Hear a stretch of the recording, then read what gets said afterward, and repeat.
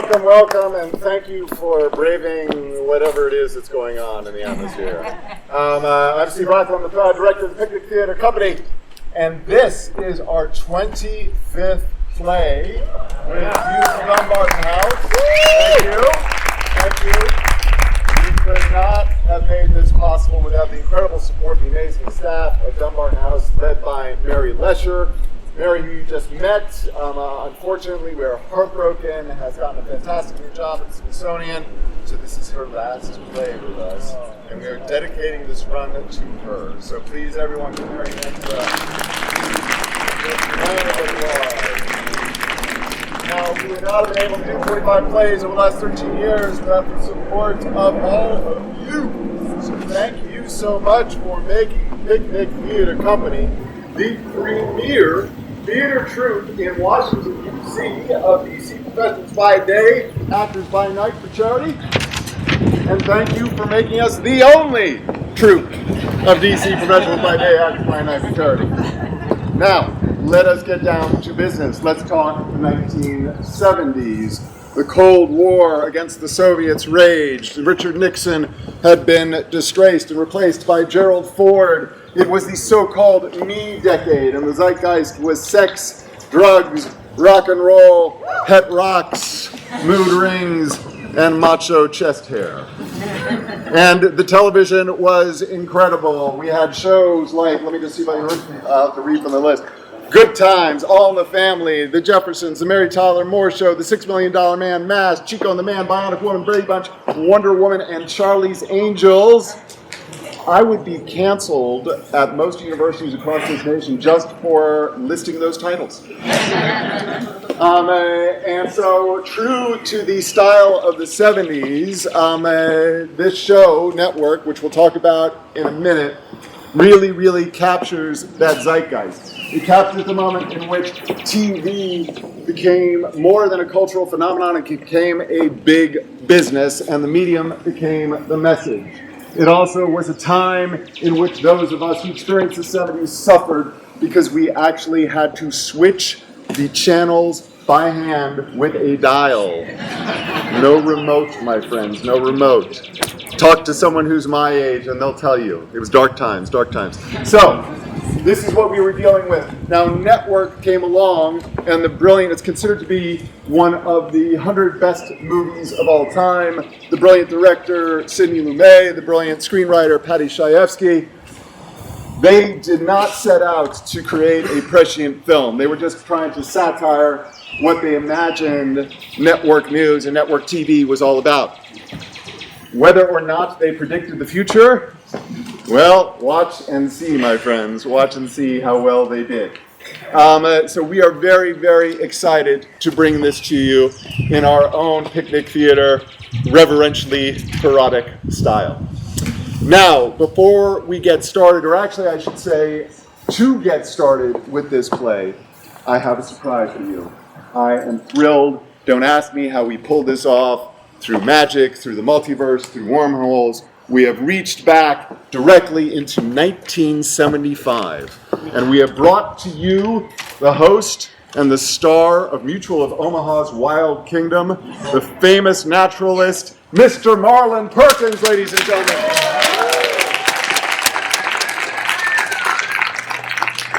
Friends, I'm Marlon Perkins, host of Mutual of Omaha's Wild Kingdom. You know, I have debunked the myth of the Himalayan Yeti. I've survived 2 rattlesnake bites. But my greatest adventure is sponsoring the Union Broadcasting System's programming night featuring the debut of Howard Beale, followed by the television Hollywood caper Freebie and the Bean, starring James Caan as Freebie, Alan Arkin as the Bean, and Loretta Swit and Evel Knievel. The Union Broadcasting System and Mutual of Omaha know that you have a choice in your programming. And just to make sure that it's the right choice, let's take a little tour across your television dial to see what else is currently broadcasting. Maestro? Once upon a time, there were 3 little girls who went to the police academy.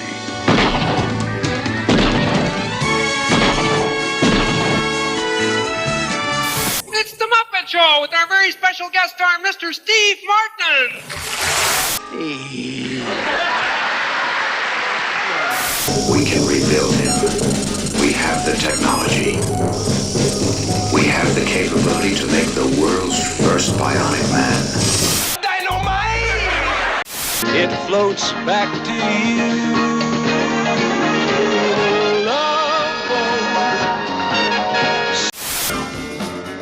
Wonder Woman! Wonder Woman! Marsha, Marsha, Marsha! Good evening, I am Walter Cronkite. Good evening, I'm John Chancellor. Good evening, I'm Barbara Walters. Today, President Ford received the vaccine for the so-called swine flu. This occurred during a swirl of growing fear that the vaccine is lethal. The repetition of stories which appear to link death and vaccination have spread like wildfire. Hopefully it will all die down after the president's well-publicized vaccination today. In California today, President Ford looked down the barrel of a loaded automatic rifle held by a red-haired woman in a long red dress who goes by the name of Squeaky Fromm. She's a member of Charles Manson's deranged cult, but the gun didn't go off, and the president is all right. Agriculture Secretary Earl Butz has paid the price for telling an obscene racial joke on a commercial airline flight. Butz is a man with a joke for every ethnic and occupation group. He usually tells the jokes to the groups themselves, and they laugh. This time was different. Secretary Butz resigned today. We now turn to our special report. This is a particularly delicate subject for any reporter. Because tonight we are turning the camera on ourselves, or more specifically, on one of our close siblings, UBS, the Union Broadcasting Systems. Howard Beale was the network news anchorman for UBS TV, one of our sister networks. In his time, Howard Beale was the grand old man of news, with a 16 rating and a 28% audience share. In 1972, however, his fortunes began to decline, and he fell to a 15 share. The following year, his wife died, leaving him a childless widower with an 8 rating and a 12 share. He became morose and isolated, began to drink heavily, and on September 22nd, 1975, he was fired, effective in 2 weeks. The news was broken to him by Max Schumacher, who was the president of the news division at UBS and his best friend. The two old friends got properly pissed.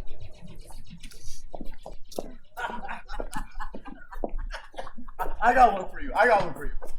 I was a kid, 26 years old, right? They were building the lower level of the George Washington Bridge, and we were doing the remote there. Except no one told me. 7 in the morning, I get a phone call. Where the hell are you? I run downstairs, hail a cab, and yell, "Take me to the middle of the George Washington Bridge." The driver turns back to me and says, "Don't do it, buddy. You're a young man. You got your whole life ahead of you."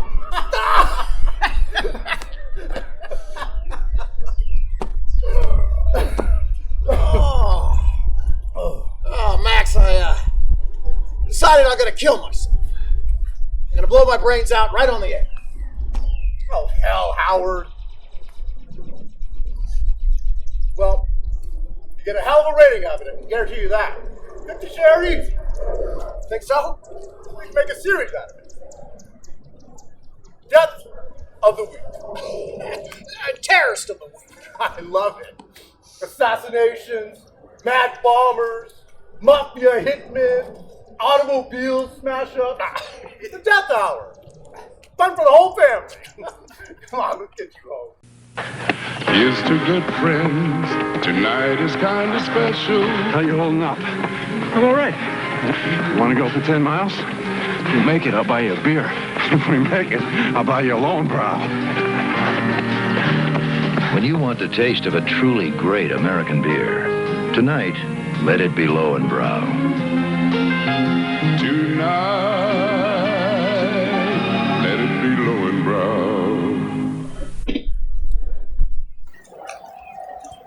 Ladies and gentlemen, the first attempt on President Ford's life was 18 days ago. Bill, can everything shut on the ground level, please? Okay, 30 seconds commercial. And roll it. Hey, Harry, how come you're always running around with married men? If that's what you're into, why go to strangers? What's wrong with me? Most married men have lots of practice, but I don't think you get any. I get plenty of practice. Most nights after my wife goes to sleep. Oh, I just feel bad for your wife and your hand. Camera 2, Hugh Howard. Ladies and gentlemen, I would like to announce that I will be retiring from this program in 2 weeks' time because of poor ratings.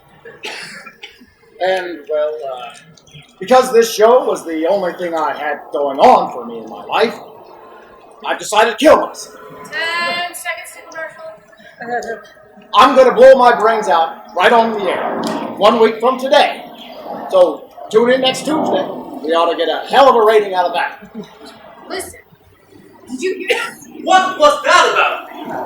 Howard just said he was going to blow his brains out next Tuesday. What are you talking about? Howard just said he was going to kill himself next Tuesday. What do you mean Howard just said he's going to kill himself next Tuesday? Well, he said, tune in next Tuesday. I'm going to shoot myself. Bill? What the hell's going on? I don't know. It sounds like Howard said he's going to blow his brains out on the air. Howard? What the hell is going on? I can't hear you. You know we're back on in 11 seconds, Harriet. Harry, I think we better get him off. Cut the goddamn sound off! You stupid son of a bitch! Black it out for Christ's sake. This is going out live. Cut the show! Affiliates. Get off! Get out of here! Oh, you stupid! Get off! Go to standby!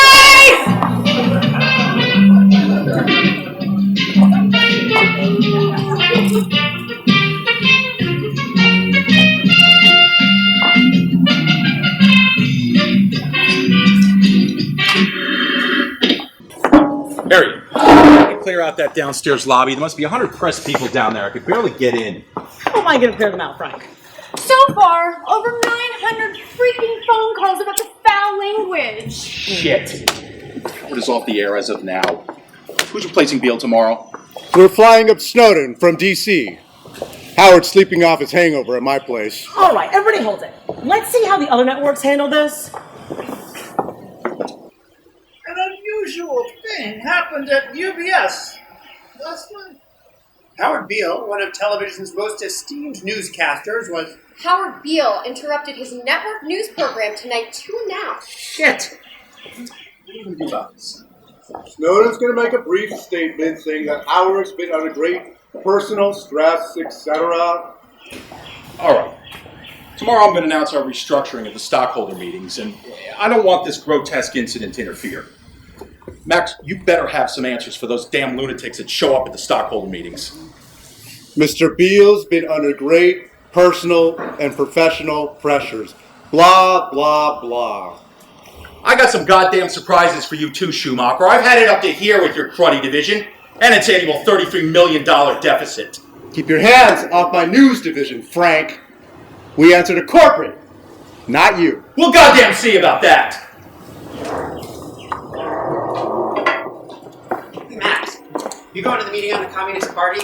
You've got to see this footage. And Diana Christensen asked if she could sit in. Fine. Who's that on camera? Lorene Hobbs? Yeah, she's the spokesperson for the Communist Party. She's pretty great on camera and pretty clever for a pinko commie. The Communist Party believes the most pressing political necessity today is the consolidation of the radical, revolutionary, and democratic movements into a united front. Yeah? Oh, goddammit, where, Louise? All right, thanks. Repression is the tool of an increasingly desperate, imperialist ruling clique. The fascist thrust must be resisted in its incipient stages by the broadest possible coalition. Harry, Howard's left my house. Let me know as soon as he gets in. So, this is really sensational. The Flagstaff Independent Bank in Arizona got ripped off last week by a terrorist group calling itself the Ecumenical Liberation Army. And get this, the terrorists actually filmed themselves ripping it off. I've never seen anything like it. Watch. You capitalist dogs! Put your hands in the air! Hands in the fucking air! Ladies and gentlemen, I am the great Ahmed Khan. And this is not a bank robbery. This is a violent redistribution of ill-gotten wealth. It is an assertion of control over the means of production by the proletariat. You dig? This is not a rhetorical question. The great Ahmed Khan poses the query again. You dig? Dig, hot diggity dog, dig dog, all the other diggity dogs, dig. Sorry. To say, you dig, oh great Ahmed Khan! Yes, sir. My name is the great Ahmed Khan! You see, my friend, when the founding felons saw fit to rob this nation from its native indigenous stewards, they thought nothing of taking a man's name. When my family first arrived on Ellis Island, my given name was Balakrishna Chakrabarti. It meant the divine Krishna who rules without obstruction.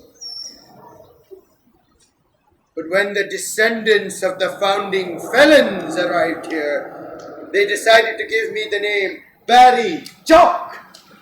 What kind of bullshit name is Barry Jock? Do you even know what Barry Jock means? Nope. Listen. It means put more ketchup on the hamburger helpers for this assimilating fawn of the oppressive patriarchy. Really? No. But know this. I am the great Ahmed Khan, and neither you nor the founding felons will take that away from me. Now tell me, what's my name? I'm sorry, I'm just a little confused. Why don't you just call yourself the great Balakrishna Chakrabarti? Marketing, you fool! It's the first law of marketing. Memorability. They took my name too. Just like 2 billion of my sisters yoked by the patriarchy. I do not accept the name of my oppressors without consent. They call me Marianne Gifford. Now I share the name of some capitalist whore named Marianne who lives only to satisfy the sexual urges of Gilligan. And the professor. The professor! Even worse! Look at me. Heiress to the world's largest magnesium fund. I've more millions than I could possibly count. I don't want a cent of it. It's poison! You know, here you capitalist dogs. Come and swallow the poison your masters have taught you to so obediently crave. Take it! Take it now! Here! Baby, what do you think you're doing? We came here to rob the bank, not to further capitalize it. Can I have my money back, please?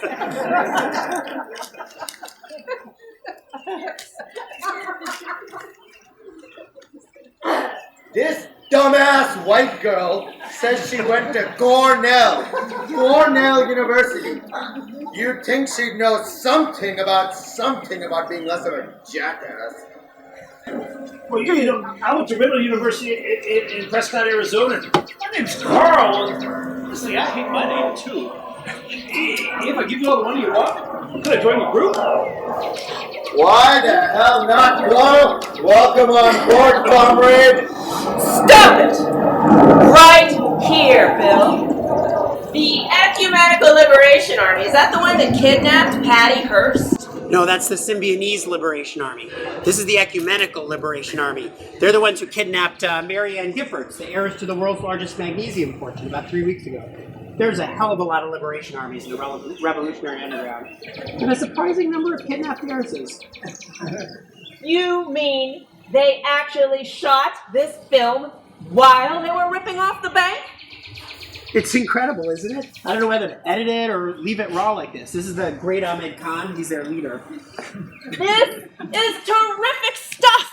Where did you get this? Laureen Hobbs. She's my contact for all this stuff. Yeah? Listen, Max, I'd like another shot. Oh, come on, Howard. I'd just like to come up and give a brief farewell. Look, Max, I've had 14 years on this network. I don't want to go out like a clown. It'll be simple and dignified. Okay. But no booze today, Howard. No booze.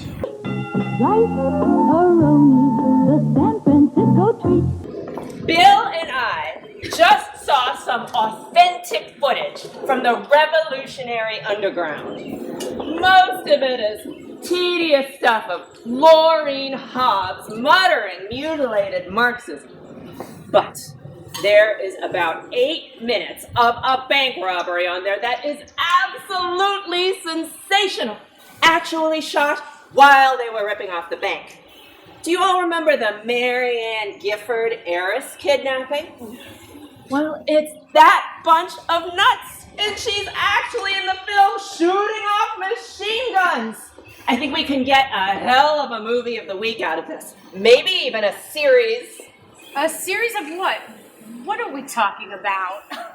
We've got a bunch of hobgoblin radicals called the Ecumenical Liberation Army going around shooting home movies of themselves, robbing banks, maybe kidnapping heiresses, hijacking 747s, bombing bridges, assassinating ambassadors. We open each week with that authentic footage, get some writers to write a story around it, and we've got ourselves a series. A series about a bunch of bank robbing gorillas. What are we going to call it? The Mao Zedong Hour? Why not? Why not? Che Guevara and his own little mod squad. Listen, I sent around a concept analysis report last night. Did any of you read it? Well, in a nutshell, it said that the American people are turning sullen. They've been clobbered on all sides by Vietnam, Watergate, inflation, the recession. They have turned off, shot up, and screwed themselves limp. And nothing seems to help. American people want someone to articulate their rage for them. I want angry shows. I want counterculture. I want anti-establishment. But what I don't want is to play butch boss with you people. When I took over this department, it had the worst programming record in television history. This network is an industry joke. We need one hit for September. I want a show developed based on the activities of a domestic terrorist group. Joseph Stalin and his merry band of Bolsheviks. I want ideas from you people. That's why you get paid. And if I send around an audience research report again, you all better read it or I will sack the goddamn lot of you. Is that clear? Yes, boss. Bill, I'm going to be going to the West Coast in 4 weeks. I'd like you to set up a meeting with Laureen Hobbs for me. You? The symbol of the fascist propaganda arm? Yeah, sure, no problem. Look for the Union label when you are buying a coat dress or blouse. Remember somewhere our union sewing, our wages going to feed the kids and run the house. At the time CCA took control, the news division was producing the lowest rate of return with an annual deficit of $33 million. The new plan calls for the news division to become accountable to network. Hey, why wasn't I told about this? Why was I publicly humiliated in front of the stockholders? God damn it, you assured me the news division was safe. Are you trying to get me to resign? It's a hell of a way to do it. Max, I told you at the stockholders meeting we would discuss all this tomorrow at our regular morning meeting. See you then. Not the time. The UBS Evening News with Howard Beale. Yesterday, I announced that I would be committing public suicide. Admittedly, an act of madness. Well, I want to tell you what happened. You see, I just ran out of bullshit. All right, cut him off. Leave him on. Am I still on? If this is how he wants to go out, this is how he goes out. I don't think there's any other way to say it except that I just ran out of bullshit. Holy Mary, Mother of Christ. Yeah? What is it, Frank? We don't know why we're going through all this pointless pain and humiliation and decay. Life just seems to be a continuous string of bullshit. He's saying that life is bullshit, and it is. So what are you screaming about? And if there's any one of you that can look around this demented slaughterhouse of a world and tell me man is a noble creature, well, believe me, that man is full of bullshit. I know he's sober. He's got to be just plain crazy. What is so goddamn funny? I can't help it, Harry. I'm sorry. It's funny. Max, this is going out live to 67 affiliates. Leave him on. I was married for 33 years. We have no kids, but it was shrill, shrieking fraud. Mr. Hackett's trying to get a hold of you. Tell Mr. Hackett he can go screw himself. So I just ran out of bullshit. I have nothing left.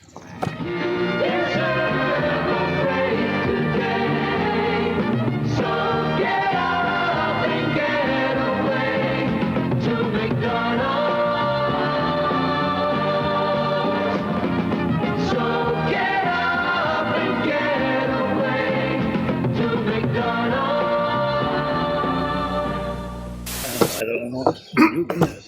Wanted to see me?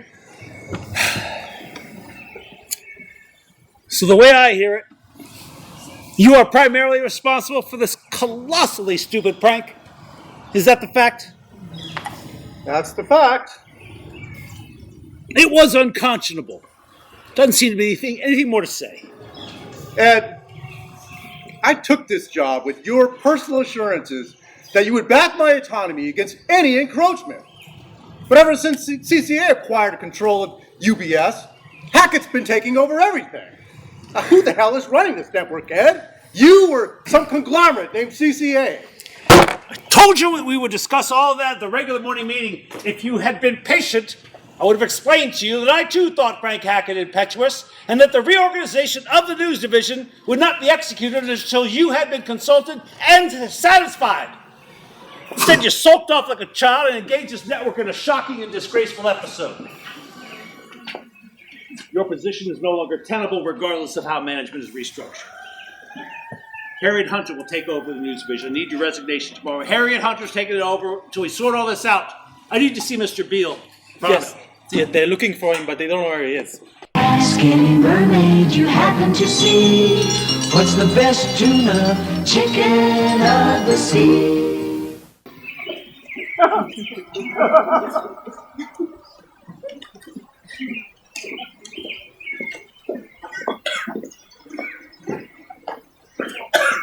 Diana, we've got those 4 outlines. Now, that new hour-long series. The first one is set in a large Eastern law school, presumably Harvard, and irresistibly entitled The Young Lawyers. The running characters are a crusty but benign ex-Supreme Court justice. There's a beautiful girl graduate student and a local district attorney who is brilliant, but sometimes that's heartless. Next one. The second one is called The Amazon Squad. The running characters are a crusty but benign police lieutenant who's always getting heat from the commissioner. A hard-nosed, hard-drinking detective who thinks women belong in the kitchen. And a beautiful, brilliant young girl cop fighting the feminist battle on the force. We're up to our ears in lady talk shows. Okay, the next one is an investigative reporter show starring a crusty but benign managing editor who's always getting meat from the publisher. There's a top investigative reporter willing to do anything to get the scoop, and a sexy young girl reporter proving that she can do the job as well as any man.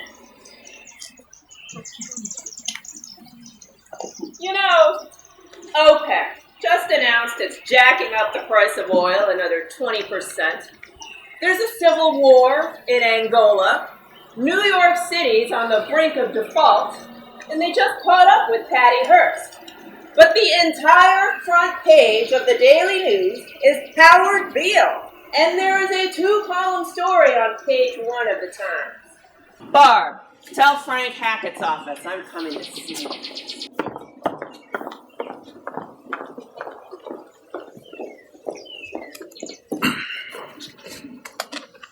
Kansas City refuses to carry our network news unless Beale is taken off the air. Frank, last night, Howard Beale went on the air and yelled, "Bullshit!" And I can tell you that tonight's show is going to get a 30 share at least. I think we've lucked into something here.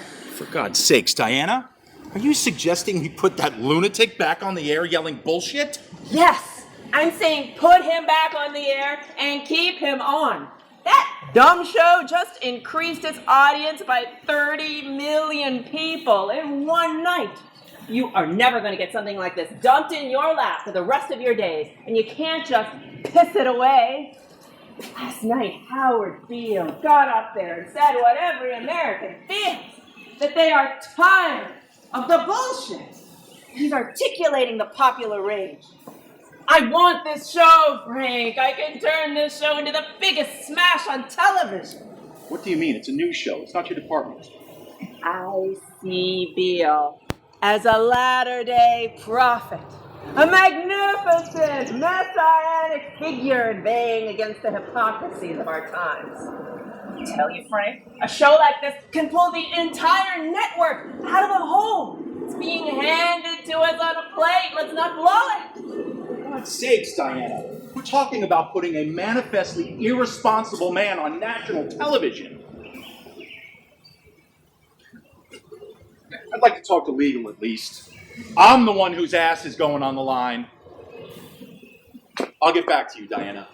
In the valley of the jolly, Ho, ho, ho. ho, ho, ho, green giant. I don't believe this. I don't believe the top brass of a national television network are sitting around their Caesar salad. The top brass of a bankrupt national television network with projected losses of close to $150 million this year. I don't care, are bankrupt. You can't seriously be proposing, and the rest of us seriously considering putting on a pornographic network news show. The FCC will kill us. The FCC can't do anything except wrap our knuckles. I don't even want to think about litigious possibilities here, Frank. We could be up to our ears in lawsuits. The affiliates won't carry it. The affiliates will kiss your ass if you can hand them a hit show. And we are not a respectable network. We're a whorehouse network. And we have to take whatever we can get. Well, I don't want any part of it. I don't fancy myself an executive of a whorehouse. That's very commendable of you. Your indignation has been duly noted. You can always resign tomorrow. Now, sit down and eat your Caesar salad. Look, we're merely proposing to add some editorial comments to our network news show. David Brinkley, Harry Reasoner, Eric Severide, they all have their comments. So, now Howard Beale will get his. I think we ought to give it a shot. Well, I don't want to be the messenger that has to tell Max Schumacher about this. Max Schumacher doesn't work at this network anymore. Mr. Ruddy fired him last night. Harriet's in charge of the news division now. Alka-Seltzer, plop, plop, fizz, fizz, oh, what a relief it is. Plop, plop, fizz, fizz, oh, what a relief it is. Those speedy bubbles relieve your upset stomach and headache fast. For acid indigestion alone, Alka-Seltzer Gold.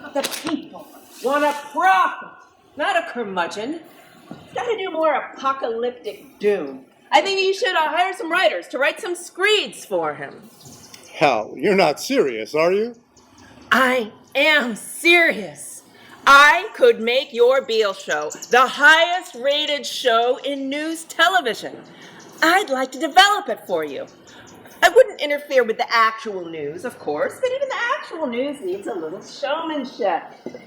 Look, I watched your 6 o'clock news tonight. It is straight tabloid. Sex, scandal, brutal crimes, sports, children with incurable diseases, and lost puppies. Kind of hustle, you gotta do it right. Look, I'm gonna bring this up in tomorrow's network meeting, but I thought we could maybe just work this out between the two of us. That's why I'm here tonight. My God, you are serious. And here I was hoping you were looking for an emotional involvement with a craggy middle-aged man. I wouldn't rule that out entirely. All right, Diana. I think Howard's making a goddamn fool of himself. So does everybody else in this industry. It was a fluke. It didn't work. Tomorrow, we go back to the old format, and this gutter depravity comes to an end. But I don't get it, Diana. You knew goddamn well I would laugh you out of this office. What's your scam in this? Max, I've personally admired you since I was a kid, majoring in speech at the University of Missouri. But sooner or later, with or without you, I'm going to take over your network news show, and I thought I might as well start tonight. I think let's give a lecture at the University of Missouri. I was in the audience. I had a terrible schoolgirl crush on you for a couple of months. If we can get back to this psychic and all that about emotional involvements and middle-aged men, what are you doing for dinner tonight?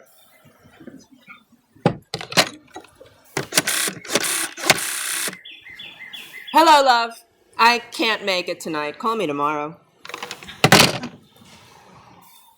Do you have a favorite restaurant?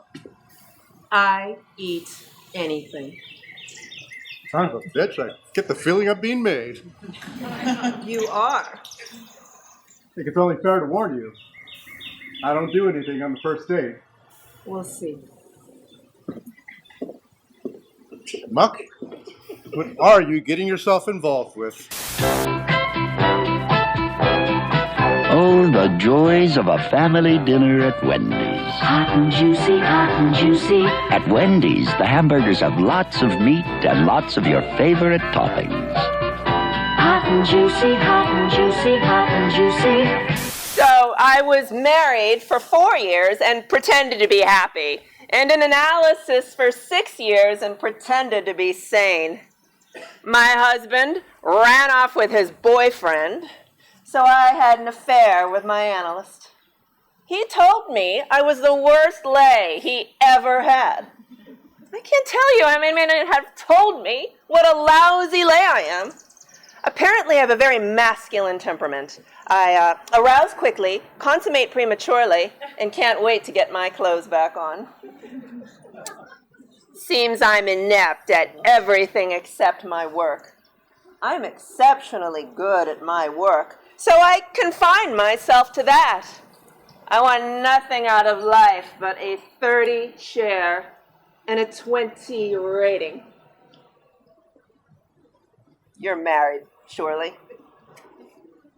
25 years. I've got a married daughter in Seattle who's 6 months pregnant. And a younger girl who's about to start at Northwestern. Journalism. So here we are, Max. Middle-aged man proving his manhood.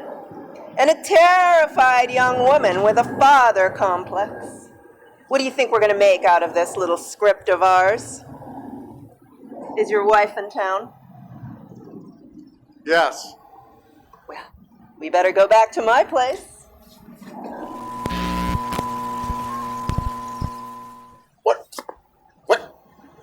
I can't hear you. You'll have to speak up. You're kidding. What is this, the burning bush? Why me? Okay. Good morning, world. Good morning to you. Well, I'm wearing my Levi's.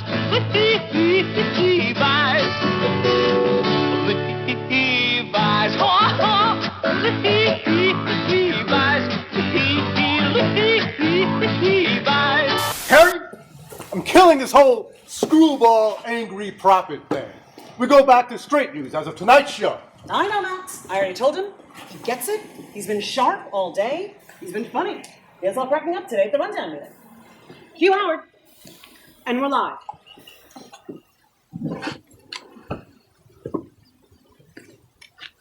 Last night, I was awakened at 2 o'clock in the morning by a faceless voice sitting in my rock.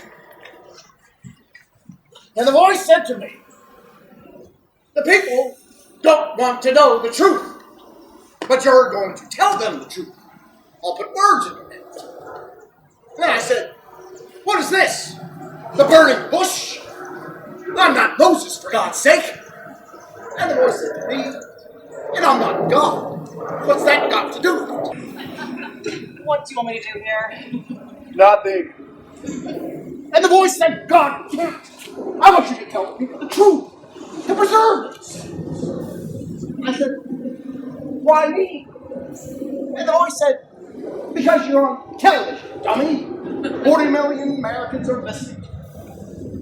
So I thought about it, and I said, okay. Beautiful! Sometimes you feel like a nut, sometimes you don't. Enjoy's got nuts, mounds don't. Sometimes you feel like a nut, sometimes you don't. Sit down, Howard. Howard, I'm taking you off the air. I think you're having a breakdown and you require treatment. Max, this is not a psychotic episode. This is a cleansing moment of clarity. I feel imbued by some special spirit. It's not a breakdown, Max. I feel I'm on the verge of some great ultimate truth. You will not take me off the air. Not now or at any time. Jesus Christ! Well, he's breathing. I'll take him back to my place. The kind of agent you know will be there when you need him most. Just like a good neighbor, State Farm is there. State Farm is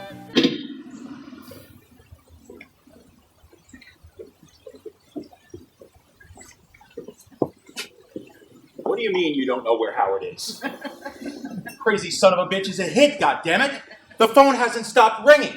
Every goddamn affiliate from Albuquerque to Sandusky, the response is sensational. We've got a goddamn hit. We even got an editorial in the holy goddamn New York Times. That crazy son of a bitch has caught on, so don't tell me you don't know where he is. I don't know where he is. He could be jumping off a roof for all I know. The man is insane, and he requires treatment. And all you vultures care about is whether he's a hit. Max, maybe it is just possible that Beale is imbued with some sort of special spirit. My God. I'm supposed to be the romantic. You're supposed to be the hard-bitten realist. Howard Beale fills a void. The people want a prophet, even if he's mad as Moses. By tonight, he'll have a 50 share, maybe even a 60 share. Howard Beale is instant processed God. And right now, I think he'll go over bigger than Mary Tyler Moore. I'm not putting Howard back on the air. It's not your show anymore, Max. It's mine. I gave her the show, Schumacher. She already had a heart attack last night, so I'm making all decisions, including one I've been wanting to make a long time. You're fired. Ha! Screw you, Hackett. You want me out of here? you're gonna have to drag me out kicking and screaming. When everybody gets back, he'll have your ass. Party doesn't count anymore. I got a hit, Schumacher. It's a big, fat, big-titted hit. I'm going to the annual CCA management meeting, and I'm going to announce earnings for this network are profitable for the first time in 5 years. And believe me, Mr. Jensen's going to say, "That's very good, Frank. Keep it up." I'm running this network, and you're fired. Can you go along with this? Max, I told you I'd much rather work out the Beale show just between the two of us. Well, let's just say screw you too, honey. Howard's my best friend. I'll go to court. I'll put him in a hospital before I let you treat him like some sort of carnival freak. You get your psychiatrist, I'll get mine.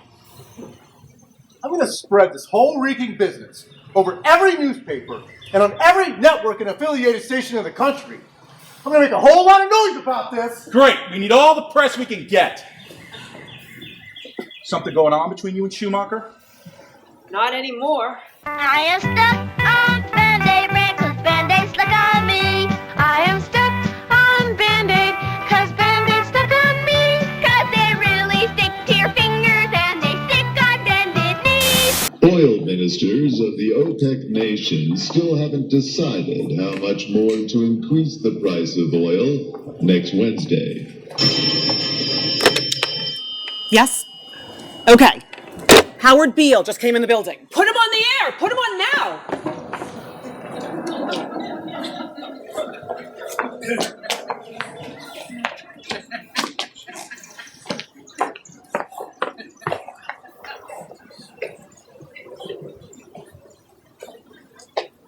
I don't have to tell you, things are bad. Everybody's out of work. The dollar won't buy a nickel's worth. Punks are running wild in the street. The air's unfit to breathe. Our food unfit to eat. And we sit in front of the television and we hear there have been 15 homicides today and 63 assaults.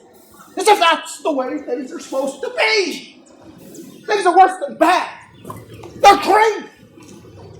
And we say, oh, just leave us alone. Let me have my television and my toaster and my steel belted radios, and I won't say a thing. Just leave me alone. Well, I'm not going to leave you. I want you to get mad. I don't want you to protest. I don't want you to riot. I don't want you to write your congressman because, frankly, I wouldn't know what to tell you to say. Look, I don't know what to do about the depression and the inflation and the Russians and all that crime on the street. All I know is you've got to get mad. You've got to get mad and say, I'm mad as hell and I'm not going to take this anymore. I'm mad as hell. I'm a human being, goddammit. My life has value. So I want you to get up. I want you to get out of your chairs and I want you to go to that window. I want you to open it up and stick your head out and scream. I'm mad as hell and I'm not going to take it anymore. And I'm mad as hell and I'm not going to take it anymore. Bill, how many stations is this going out live to? 67. Atlanta, Louisville, I think. Stick your head out and keep yelling. Keep yelling. Call Atlanta, Bill. Are they yelling in Atlanta? So help me, I think they're yelling in Atlanta. They're yelling in Baton Rouge. Son of a bitch, we struck the mother lode! I'm mad as hell and I'm not going to take it anymore. Scream. I'm mad as hell and I'm not going to take it anymore. By mid-October, the Howard Beale show would settle in at a 42 rating, more than equaling all the other network news shows combined. In the September rating book, the Howard Beale show is the 4th highest rated show on television, after only the $6 Million Man, All in the Family, and Rhoda. A phenomenal state of affairs for a news program. Diana Christensen then flew to Los Angeles for what the trade calls powwows and confabs with her West Coast programming execs. Her most important meeting was with Laureen Hobbs, spokesperson for the American Communist Party. Ms. Hobbs, Laureen, if I may, I'm Diana Christensen, a racist lackey of the imperialist ruling circle. I'm Laureen Hobbs, badass commie revolutionary. Sounds like the basis of a firm friendship. This is my lawyer, Sam LeBeau. Well, Mrs. Christensen, just what the hell is going on here? Because when the propaganda arm of the fascist state comes to give the revolution a weekly hour, I've got to figure the ruling classes are running scared, right? The slave masters hear the rumble of revolution, so they put us on TV and put our pants, and we're supposed to sell out, right? Well, you can take your fascist TV and shove it right up your paramilitary ass! What Sam is saying is, I want it up front that the political content of the show be entirely under my control. You can have it. I don't give a damn about the political content. Just what kind of a show did you have in mind? We want to do a weekly series on the Ecumenical Liberation Army. Each week opens with an authentic act of political terrorism taken on the spot. Then we go to the drama behind the footage. That's where you come in, Ms. Hobbs. We need you to get the ecumenicals to bring in that film footage for us. Network can't deal with them directly, after all. They are wanted criminals.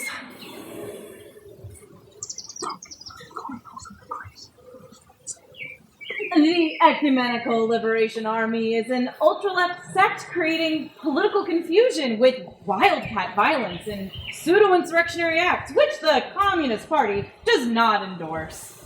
The American masses are not yet ready for open revolt. We wouldn't want to create a television show celebrating historically deviational terrorism. Ms. Hobbs, I'm offering you an hour of prime time television every week into which you can stick whatever propaganda you want.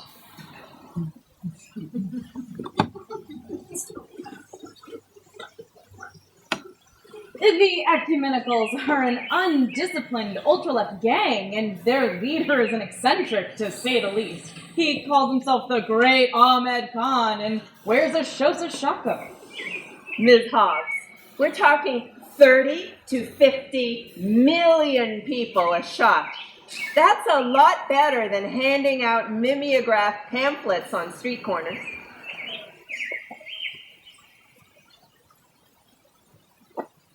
Well, we'll have to take this matter to the Central Committee, and I'd better run it past the Great Ahmed Khan. I'll be in LA until Saturday. I'd like to get this rolling.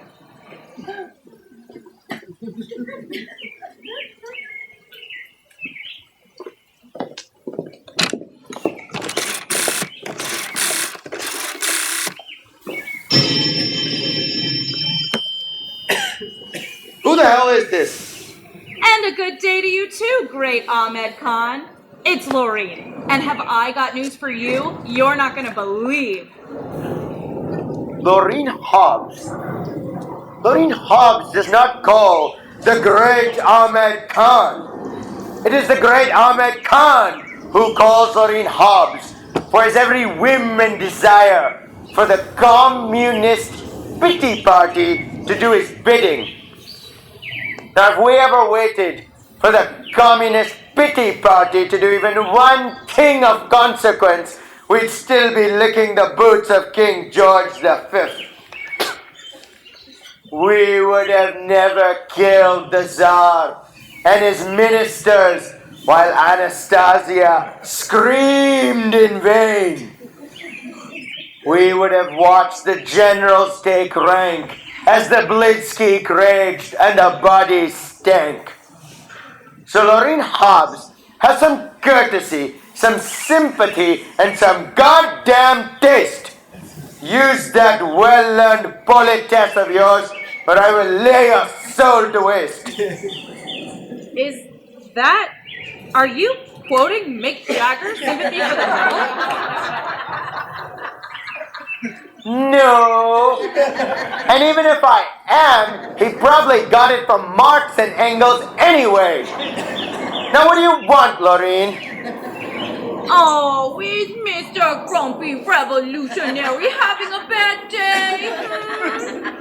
Well, brighten up, Ahmed, because I'm going to make a TV star out of you, just like Archie Bunker. You're going to be a household word.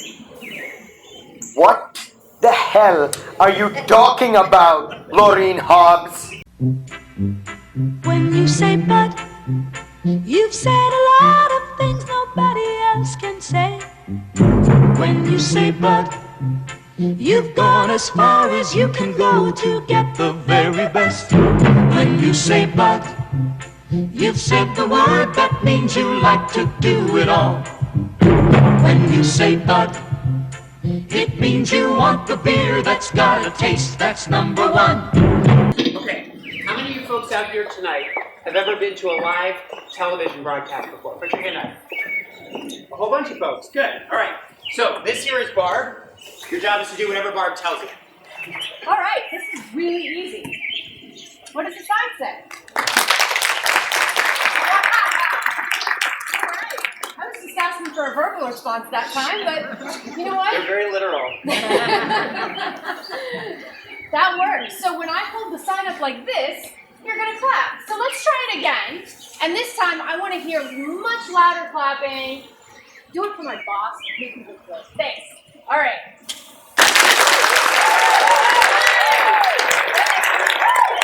Good. All right. So we're going to play call and response. And I'm going to say, how do you feel? And you're going to say, we're mad as hell and we're not going to take it. Okay, I want them to hear us all the way down to Congo. Ready? Let's try it. Ladies and gentlemen, how do you feel? We're mad as hell, we're not gonna take it anymore. Good. That was really good, but also kind of terrible, so let's do it much louder. Ladies and gentlemen, how do you feel? We're mad as hell, we're not gonna take it anymore. Good. The first time sounded mildly perturbed, but that time you sounded mad. All right, we're on in 10 seconds. All right, camera one on Bill, and you are live in 5, 4, 3. Ladies and gentlemen, how do you feel? We're mad as hell, we're not gonna take it anymore. It's the Network News Hour, starring Sybil Sinclair, Jim Webbing and his It's the Hard Truth Department, Mata Hari and her Skeletons in the Closet, another segment of Vox Populi, and starring the mad prophet of the airwaves, Howard Beale!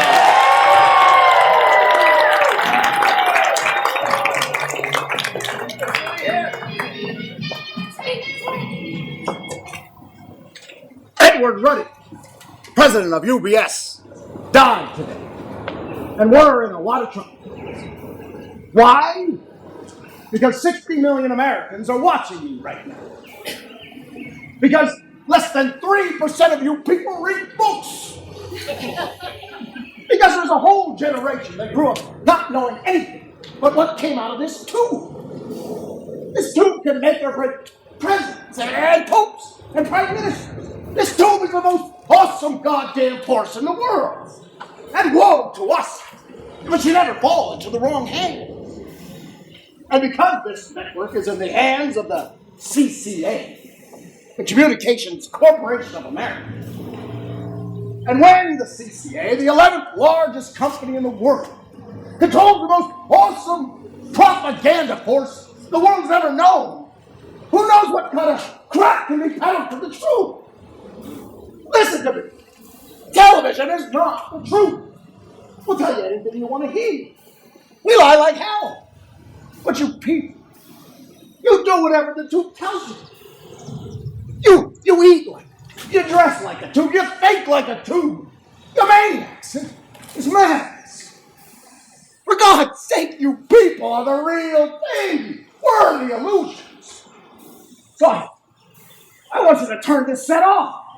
Turn it off right now, right in the middle of the set. Turn the goddamn set off. Turn it off! Camera 1, come in tight in Howard's face. Good. Hold it there. 10 seconds of commercial. And go to act.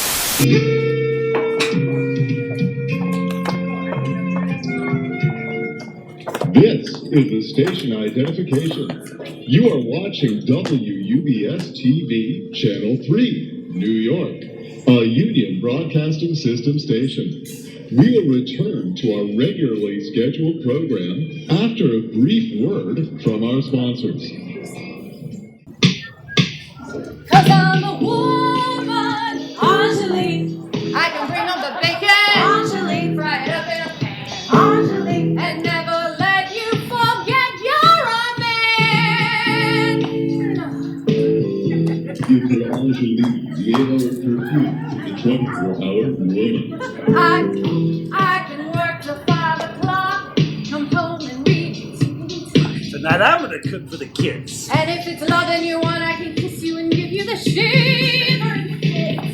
Anjali, the 8-hour perfume for your 24-hour woman. 'Cause I'm a woman, Anjali.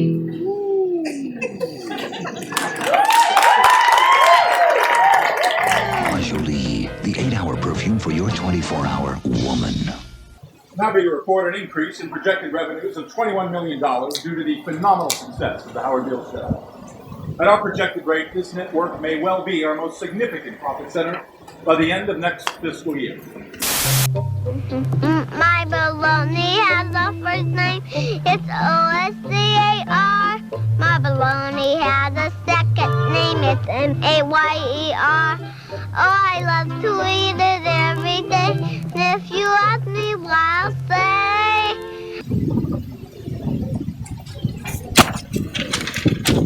Are you about coffee? Hell yes. You have to go back to the office? Nothing that can't wait. I asked Howard how you were doing, and he said you're doing fine. Are you doing fine? No. It's my third funeral in 2 weeks. You know, I wanted to call you. I ran into Sybil the soothsayer in the elevator the other day. I told her 4 months ago you said I'd get emotionally involved with a middle-aged man. And all that's happened is one many splendid night. I don't call that getting involved. And she said, don't worry, you will. It was a many splendid night, wasn't it, Max? Yes, it was. Are we going to get involved, Max? I need to get involved. Very much. How about you? I was sure you hated me for my role in taking your news show away. I probably did. I don't know anymore. All I know is I can't get my mind off of you.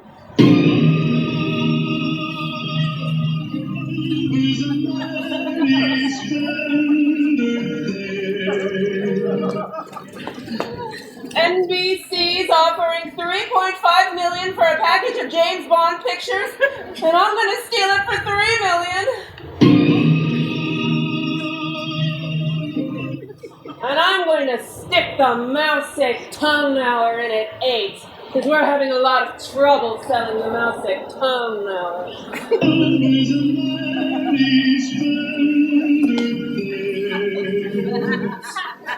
The FBI served us with a subpoena.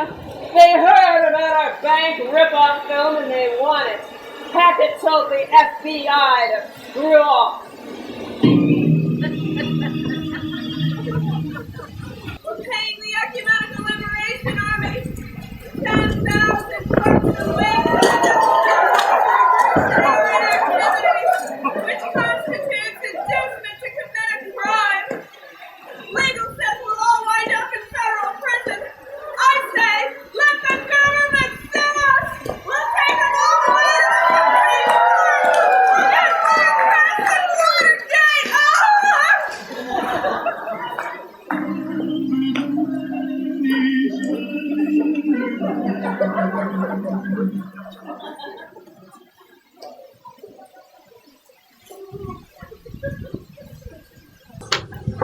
Christ, it's windy in here.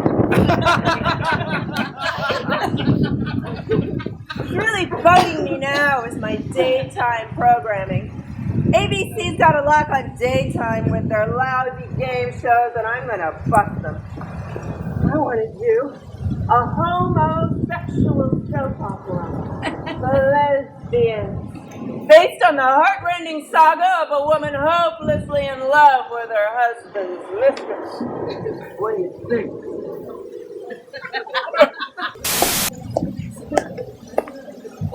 How long has it been going on? A month? I pray to God it's some sort of menopausal infatuation, but it is an infatuation. There's no sense in my telling you I won't see her, Louise, because I will. You want me to clear out? Go to a hotel? Do you love her? I don't know how I feel. I'm grateful I feel anything. I do know I'm obsessed with her. Then say it. Don't tell me you're obsessed, you're infatuated. Tell me you're in love with her. I'm in love with her. Then get out! Go to a hotel, go anywhere, go live with her, but don't come back! Because after 25 years of raising a family and building a home and all this senseless pain we've inflicted on each other, I'll be damned if I'll just stand here and let you tell me that you're in love with somebody else. Because this isn't just some convention weekend with your secretary, is it? Or some broad you picked up after 3 belts of food. This is your great winter romance, isn't it? Your last roar of passion before you sink into your emeritus years. Is that what's left for me? Is that my share? She gets the great winter passion and I get the goading? Am I supposed to sit at home, knitting firmly, waiting for you to slink back home like some penitent drunk? I'm your wife, damn it! If you can't work up a winter passion for me, then the least I require is your respect and your allegiance. I'm hurt! Don't you understand that? I'm hurt. Badly. Say something for God's sake. Got nothing to say. Are you that deeply involved with her? Yes, I am. I won't give you up easily, Max. Perhaps it is better if you did move out. Does she love you, Max? I'm not sure she's capable of feeling anything. She's a television generation. She learned life from Bugs Bunny. She's devised a variety of scenarios for us to play out as if it were the movie of the week. My God. Look at us, Louise. Here we are, going through the requisite scorned wife throws peccant husband out scene. But don't worry. I'll come back home in the end. All her plot outlines have me leaving her and returning to you, because the audience won't buy a rejection of the happy American family. She does have one script in which I kill myself. Adaptation of Anna Karenina, in which she's Count Vronsky and I'm Anna. You're in for some dreadful grief, Max. I know. The Mao Zedong Hour went on the air in early March. We received a dominant 51 share. The network promptly committed to 15 shows with an option for 10 more. There were, of course, the usual production difficulties. I drink Dr. Pepper and I'm proud. I'm part of an original crowd. And if you look around these days, there seems to be a Dr. Pepper craze. I'm a pepper, he's a pepper, she's a pepper, we're a pepper. Wouldn't you like to be a pepper too? I'm a pepper, he's a pepper, she's a pepper. If you drink Dr. Pepper, you're a pepper too. Be a pepper, drink Dr. Pepper. Be a pepper, drink. Herein says the production fee equal to 22.0%. Wait. Have we settled that sub-licensing thing? We want a clear definition here. We're not sitting still for overhead charges as a cost prior to distribution. Don't you screw with my distribution charges. I'm getting a lousy $2.15 per segment, and I'm already getting $25,000 a week with Metro. I'm paying William Morris 10% off the top. I'm giving $10,000 a segment in Turkey, another $5 for this fruitcake. And Sam, don't start no shit with me about a piece again.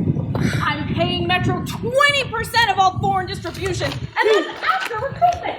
The Communist Party's not going to see a nickel out of this goddamn show until we go into syndication. Come on, Lauren, the party's in there for $7,500 a week. I am not giving this pseudo-insurrectionary sectarian a piece of my show. I am not giving him script approval, and I sure as shit ain't cutting You fucking fascists! Have you all forgotten the cause? We just risked our lives for the San Marino jailbreak! Also, we could start the uprising and break apart the prisoner Seminole class infrastructure! You can blow the Seminole prisoner class infrastructure out your ass, Marianne! I am not knocking down my goddamn distribution charges!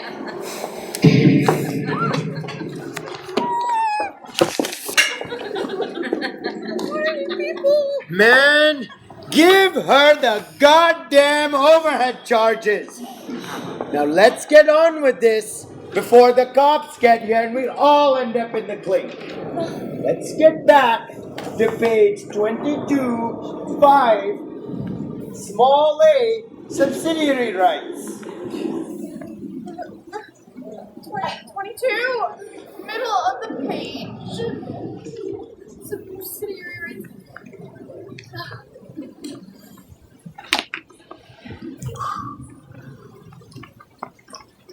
As you just herein, subsidiary rights means without limitation.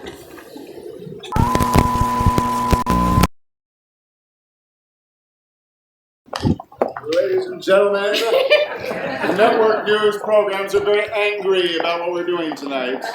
They've sent this. We have an option to go downstairs and either take a brief intermission until this clears, or do this in the ballroom. About 5 minutes. Yeah. We appreciate you bearing with our technical difficulties. We will now return to our regularly scheduled program. Thank you, ladies and gentlemen. Over the past 2 days, we've all had the opportunity to meet with Diana Christensen. She's our new Vice President in charge of programming. You all know she's the woman behind the Howard Beale show. You all know she's brainy. You all know she's beautiful. And before we start digging into our Chateaubriand, let's let her know how we feel about her.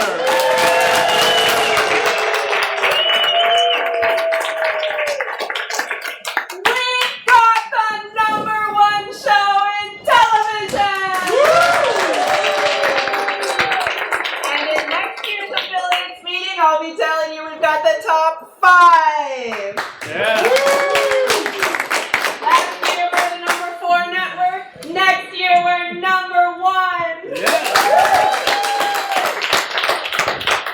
It's exactly 6 o'clock here in Los Angeles. In 1 hour, over 1 million homes will be turning their dials to Channel 3, and that's our channel!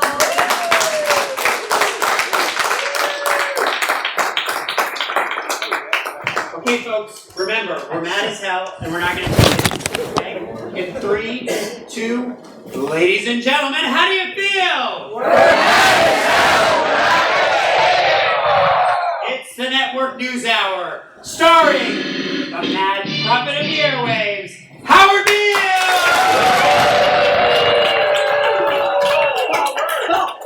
Stop. Now listen. The Western World Funding Corporation is buying up the Communications Corporation of America, the company that owns this. So who the hell is the Western World Funding Corporation? They won't tell you. They won't tell the Senate. They won't tell the FCC or the SEC. They won't tell the Justice Department. They say it's none of your business. Well, the hell it ain't. I'll tell you who they are. They're a front for the Saudi Arabians. They're selling it to the Arabs.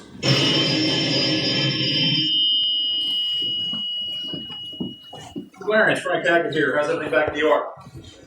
Take it easy, Clarence. I don't know what you're talking about. When?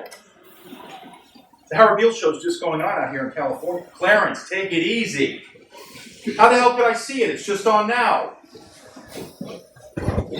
Well, when did Mr. Jensen call you? We all know the Arabs control nearly $60 billion of investment in this country. Hell, they own half of the United Kingdom. And they sell us their dirty oil, and we give them our money, and they turn around and take our money and buy us up. They want to own you. And there's only one thing that can stop it, and that's you. So I want you to get up, and I want you to write a telegram to the White House. Oh, my God.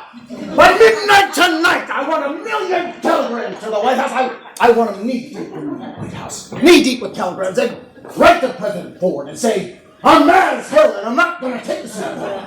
I want the CCA deal stopped now. Come on with me. Stop the deal. Stop the deal. Stop the deal. Stop the deal.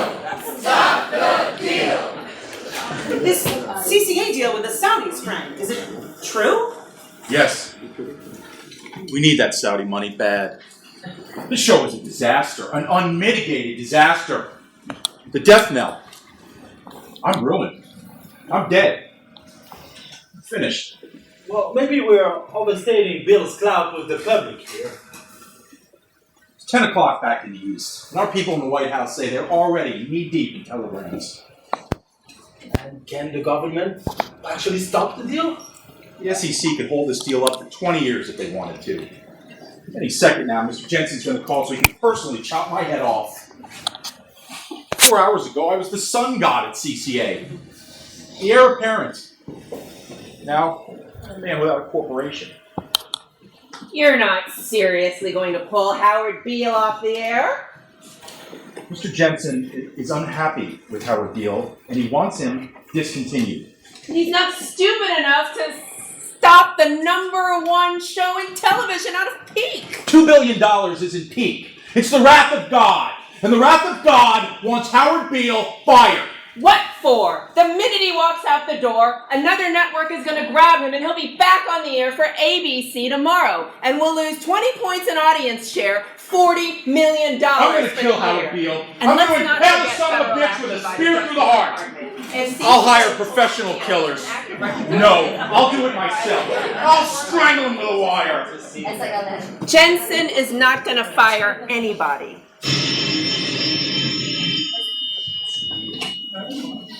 Yes, Clarence. Yeah, I already bought my ticket. Yeah, I'll see you then. Mr. Jensen wants to see Howard Beale personally. He wants him in his office at 10 a.m. tomorrow morning.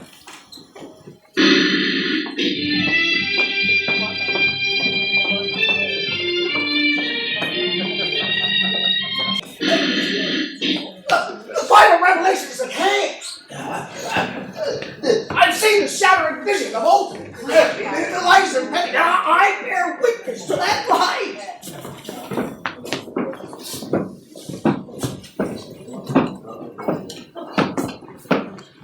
Mr. Jensen, this is Howard Beale. Good morning, Mr. Beale. They tell me you're a madman. How are you now? Mad as a hatter. Who isn't?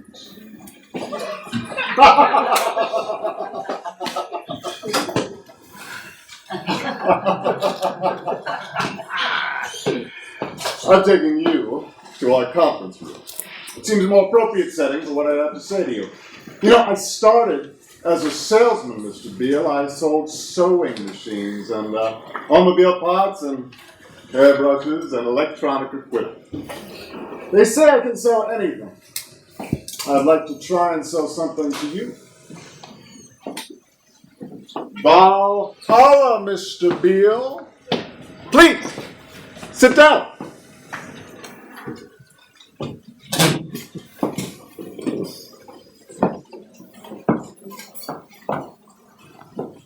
You have meddled with the primal forces of nature, Mr. Beale, and I won't have it. Is that clear? You think what you have done is to stop a mere business deal with the Arabs. That is not the case. The Saudis have taken billions out of this country, and now they must put it back. It is ebb and flow. Tidal gravity. It is ecological balance. You are time man, who thinks in terms of nations and peoples. There are no nations. There are no peoples. There are no Russians. There are no Arabs. There is no third world. There is no West. There is only one holistic system of systems, one vast and gargantuan, interwoven, interacting, multivariate, multinational dominion of dollars. It is the international system of currency which determines the totality of life on this planet. That is the natural order of things today. That is the atomic and subatomic and galactic structure of things today. And you have meddled with the primal forces of nature, Mr. Beale, and you will atone! Am I getting through to you, Mrs. Beale? You get up on your little 21-inch screen and howl about America and democracy. There is no America. There is no democracy.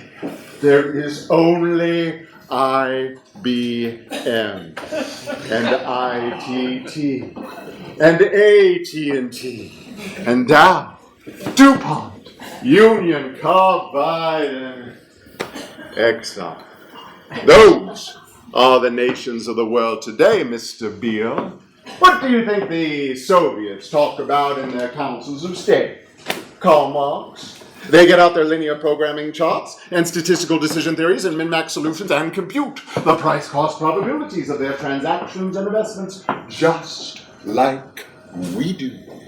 We no longer live in a world of nations and ideologies, Mr. Beale. The world today is a college of corporations inexorably determined by the immutable bylaws of business. The world is a business, Mr. Beale. It has been since man crawled out of the slime. And our children, Mr. Beale, our children will live to see that more perfect world, free of war, famine, oppression, or brutality, one vast and ecumenical holding corporation for whom all men will work to serve a common profit, for which all men will hold a share of stock. All necessities provided, all anxieties tranquilized, all boredom amused. And I have chosen you, Mr. Beale, to preach this evangel. Why me? Because you're on television, dummy. 60 million people watch you every night of the week, Monday through Friday. I have seen the face of God. You just might be right, Mr. Beale. You just might be right.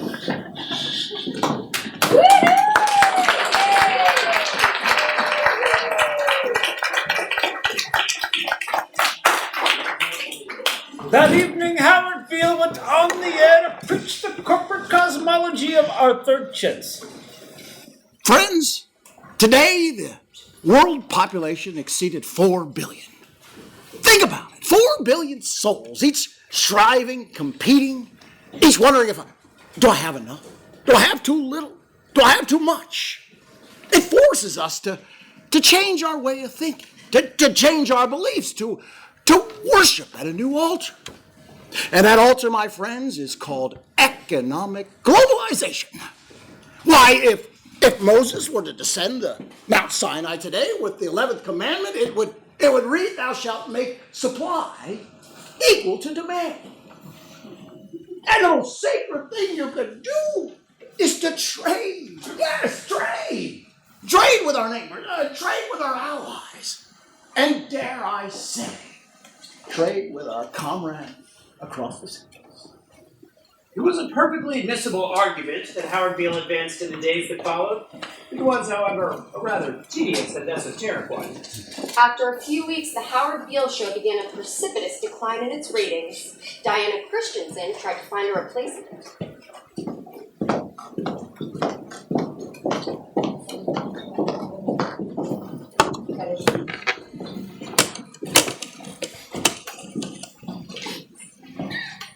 You are Howard's goddamn agent, Lou. I'm counting on you to talk some sense into this lunatic. Another couple of weeks and the sponsors will bail. Damn it! You could help out with this if you wanted to. You're Howard's best friend. He listens to you. I am tired of all this hysteria about Howard Beale. Every time you come back from seeing your family, you're in a morbid and middle-aged mood. I'm tired of being an accessory in your life. Tired of pretending to write this dumb book about my maverick days in the early years of television. Nobody wants a dumb goddamn book about the early years of television. Terrific, Max. Terrific. Maybe you can start a whole new career as an actor. It's the truth. This is not some script, Diana.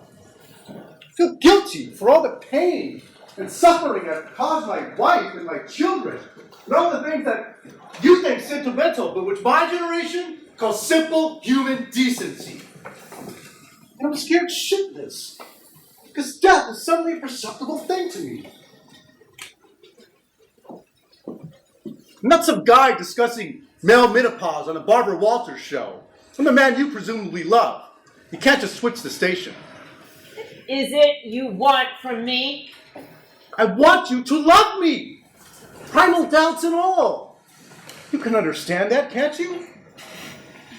I think the time has come to reevaluate our relationship, Max. I don't like the way this little script of ours is turning out.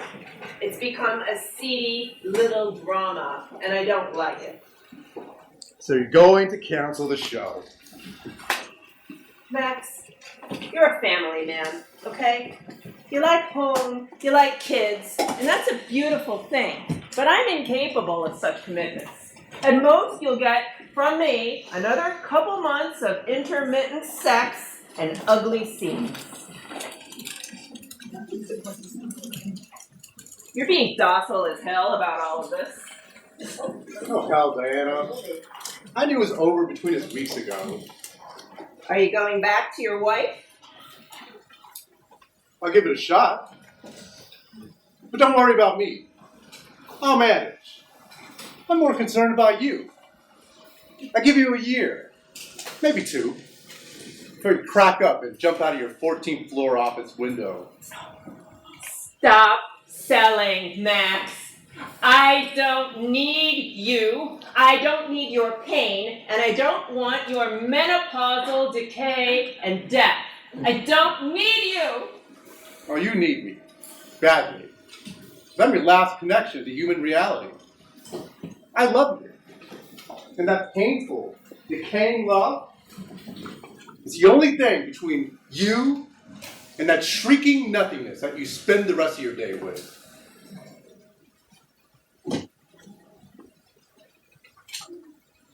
Don't leave me. It's too late, Diana. If I stay with you, I'll be destroyed. Like Howard Beale was destroyed. Like Maureen Hobbs was destroyed. Like everything that you and the institution of television touch is destroyed. You're television incarnate, Diana. War, murder, death, they're all the same to you as bottles of beer. You're virulent madness. And everything you touch dies along with you. Not me. The happy ending for old Max. Wayward husband returns to the wife with whom he's built a long and sustaining love. Heartless young woman, left alone in her Arctic desolation. Music up with the swell, final commercial, and now a few scenes from next week's episode. If you have the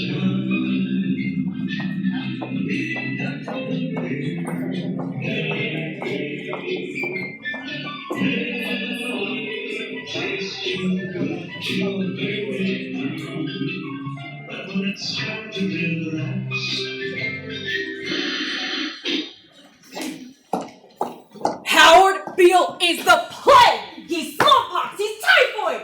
I don't want to follow his goddamn show! I want out of that 8 o'clock spot! I've got enough problems without Howard Beale as a lead-in. You've got me scheduled up against Tony Orlando and Dawn! NBC's got Little House on the Prairie. ABC's got that bionic woman! You have got to do something about Howard Beale! Get him off the air! Do something! Do anything! We are looking at auditions to replace Howard Beale right now. Okay, Diana. We have combed the globe to find a replacement for Howard. We must have interviewed 1,000 people. I promise you, these three are by far the best of the bunch. So first up is a Wiccan priestess and homeopathic osteopath from Sausalito. Sisters, I am the blue-lidded daughter of sunset. I am the naked brilliance of the voluptuous night sky. Unforgiveness is like drinking poison and waiting for the other person to die. You are a child of God. Next! Okay. Next up is a lapsed Berkeley physicist. He calls himself a shaman and dissident philosopher.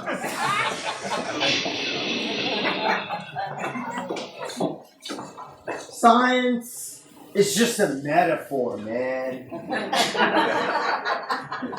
To really get out of your head, you have to use your mind. What do you even think deja vu is for? The greatest thing you can do with your life is to die. Next. Okay, the shaman, not such a big hit among the stuck-up East Coast elites in this room, I see. Okay, this guy's a failed musician. He calls himself a cleric from the underworld with a beat you can dance to. A long time ago, being crazy meant something. But nowadays, everybody's crazy. Those children that come at you with knives, they're your children. You taught them. You haven't got long before you are all going to kill yourselves. Because you are all crazy! Then you whine and say, oh, but life makes no sense.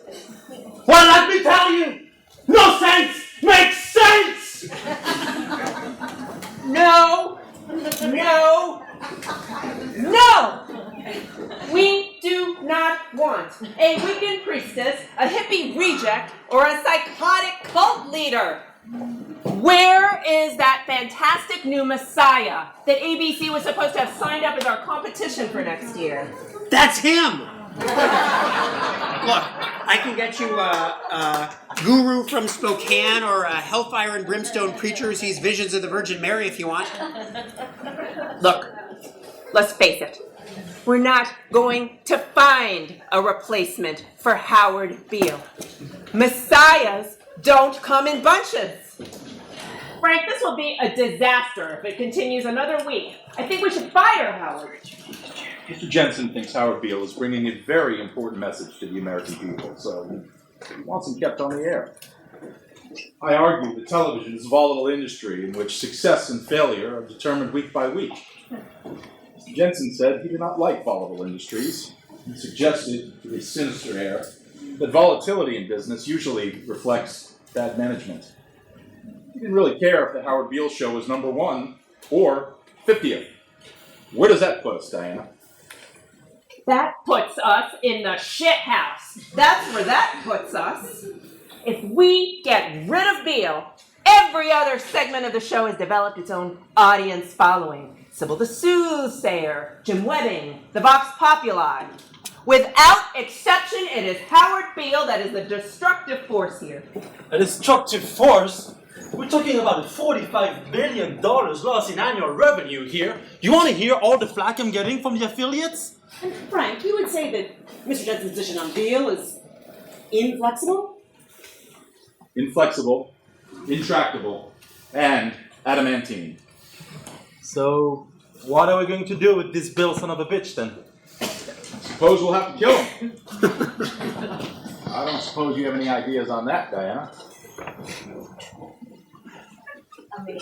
What would you fellas say to an assassination? We could get the Mao Zedong people to kill Beale for us as one of their shows. It would make a hell of a kickoff to the season. We're facing heavy opposition on Wednesday nights, and the Mao Zedong Hour could use a sensational opening. It could be done right on camera with a live studio audience. We ought to get a fantastic-looking audience with the assassination of Howard Beale as our opening show. Wait. We're talking about a capital crime here. So, the network cannot be implicated.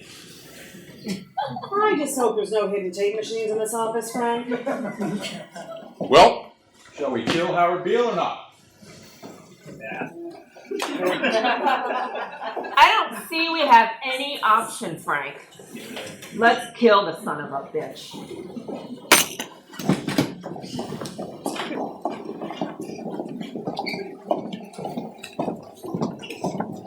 All right, folks. Last time through. We're mad as hell. We're not going to take it anymore. Ready? Yeah. Ladies and gentlemen, how do you feel? We're mad as hell. It's the Network News Hour, starring Sybil the Soothsayer, Jim Webbing and his It's the Hard Truth Department, Miss Mata Hari and her Skeletons in the Closet, another segment of Vox Populi, and starring the mad prophet of the airwaves, Howard Beale!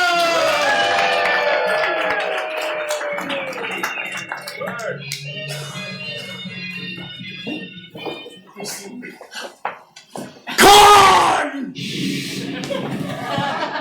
Camera 1, come in tight and Howard. Get the blood.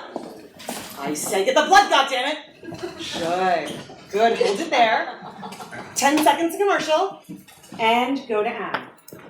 I'd like to buy a world, furnish it with love, grow apple trees and honey bees and snow white above. I'd like to teach the world to sing in perfect harmony. I'd like to buy the world a Coke and keep it company. I'd like to teach the world to sing in perfect harmony. I'd like to buy the world a Coke and keep it company. It's the real thing. What the world wants today Is the real thing. What the world wants today Is the real thing.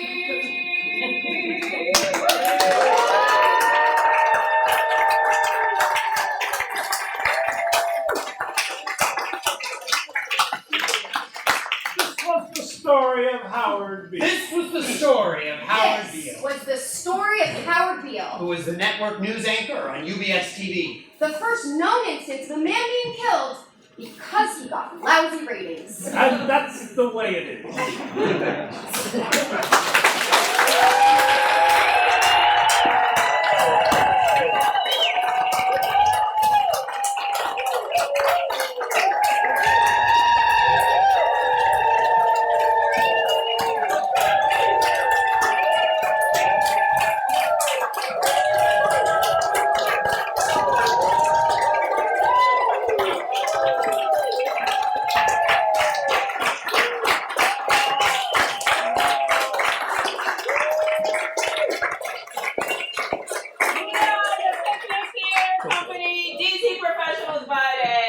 Dramatists by night. Thanks for hanging out for the drama. This is our 25th play at Dumbarton House since 2010. I want to thank Mary Lesher and her team for making this happen.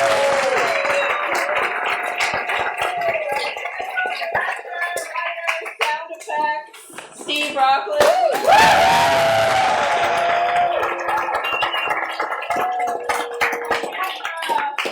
Encore is going to be on Monday at the Embassy of France.